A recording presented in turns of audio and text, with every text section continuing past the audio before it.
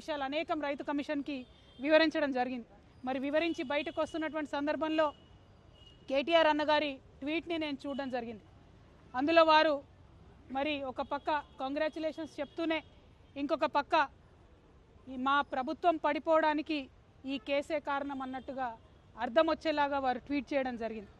ఇవాళ నేను పొద్దున్నుండి BRS party social media ఏదైతే అనేక రకాలైనటువంటి కమెంట్స్ చేస్తూ ఉన్నారో, ఏదైతే మొత్తం బీఆర్ఎస్ పార్టీ ఇక్కడ రాష్ట్రంలో ఓడిపోవడానికి ఈ కేసే కారణమని ఒక ట్విస్ట్ ఇచ్చే ప్రయత్నం చేస్తూ ఉన్నారో, వాళ్ళందరినీ కేటీఆర్ రామారావు గారిని సూటిగా నేను ఒక ప్రశ్న అడుగుతా ఉన్నా.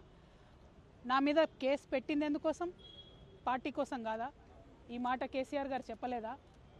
మరొకవేళ నా మీద కేసు పెట్టింది పార్టీ కోసమే అని మీ అందరికీ తెలిసి ఉంటే ఇవాళ మీరు ఏదైతే ట్వీట్ చేసిండ్రో అది నిజమే అయితే నేను జైలుకు వెళ్ళేంత వరకు కూడా ఒక్కసారి కూడా మీరు ప్రెస్ మీట్ పెట్టకపోవడం ఎందుకు? కేసీఆర్ గారు ప్రెస్ మీట్ పెట్టకపోవడం ఎందుకు? ఇంకా పెద్ద నాయకులు ఎవరు కూడా మాట్లాడకపోవడం ఎందుకు?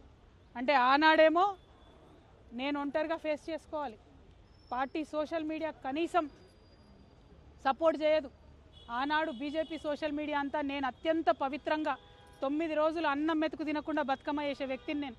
అత్యంత పవిత్రంగా నేను బతుకమ్మ ఎత్తుకొని ఈ జాతి సంస్కృతిని చాటి చెప్పినటువంటి బిడ్డను నేను. ఆ బతుకమ్మ ప్లేస్లో లిక్కర్ బాటిల్ పెడితే బీఆర్ఎస్ పార్టీ సోషల్ మీడియా ఆనాడు ఏమైంది?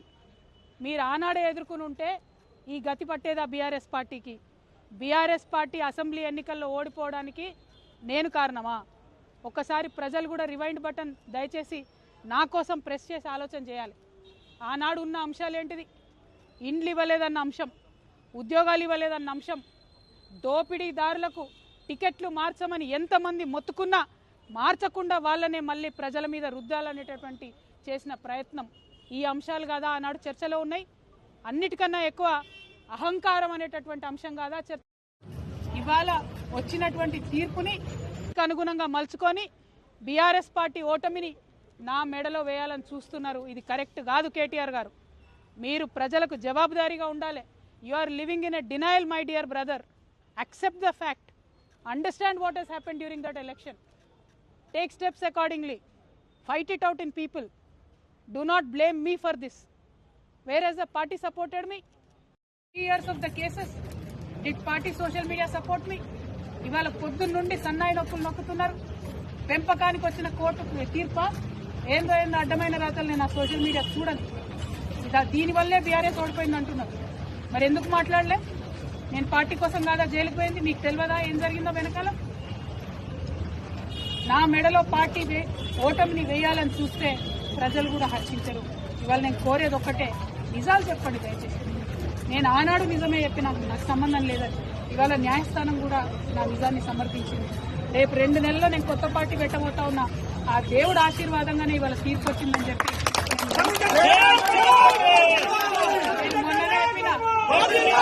నేను మొన్ననే చెప్పిన, రాజకీయం చేయాలంటే ధైర్యం ఉండాలి, ఓడిపోతే ఒప్పుకునే ధైర్యం ఉండాలి. నిజామాబాద్ లో నేను ఓడిపోయినాడు ఒకటే మాట చెప్పిన, ప్రజలు ఇచ్చిన ఏ తీర్పునైనా చేసావిస్తా అని చెప్పినా తప్పితే కారణాలు వెతకలేదు. ఇవాళ వచ్చిన తీర్పుని దీనివల్లనే ఓడిపోయిందని చెప్తున్నారు. అన్న రాసిన ట్వీట్లో, రామన్న గారు కేటీఆర్ గారు రాసిన ట్వీట్లో కేజ్రీవాల్ గారి ప్రభుత్వం ఓడిపోయిందన్నారు. ఓడిపోయిండొచ్చు, అక్కడ సంగతి నాకు తెలియదు. కేజ్రీవాల్ గారు అరెస్ట్ అయినాక ఎన్నికలు వచ్చినాయి. ఇక్కడ నన్ను అరెస్ట్ కాకముందే ఎన్నికలు వచ్చినాయి. మీరు ఫ్యాక్ట్స్ ని ట్విస్ట్ చేసి సోషల్ మీడియాలో మాకు పెద్ద ఆర్మీ ఉంది, పేడ్ బ్యాచ్ ఉంది, నేను ఏది మాట్లాడినా నడుస్తుంది చెల్లుతుంది అనుకుంటే ఆ రోజులు పోయినాయి. దయచేసి నిజం చెప్పండి. నాకు ఆర్మీ లేదు, గిర్మీ లేదు, నాకు ఉన్నది గివిలే అబ్బా. ఈ పిడికడి మందితోనే ఈ రాష్ట్రంలో ఒక కొత్త రాజకీయ ప్రజల పక్షాన నిలబడి పనిచేస్తాం. కానీ చేతులు జోడించి తెలంగాణ ప్రజలకు మాత్రం ఒక విజ్ఞప్తి చేస్తున్నాం. ఒక ఆడబిడ్డ కష్టంలో ఉన్నప్పుడు అడ్డమైన పేర్లు పెట్టి, అడ్డమైన టైటిల్స్ పెట్టి, సోషల్ మీడియాలో నాలుకకు ఎంత వస్తే అంత మాట్లాడినటువంటి అడ్డగాడిదలు మాత్రం సమయం వచ్చినప్పుడు బుద్ధి చెప్పాలని ప్రార్థన చేస్తూ మీ అందరి దగ్గర సెలవు తీసుకుంటున్నా. Thank you. జై తెలంగాణ.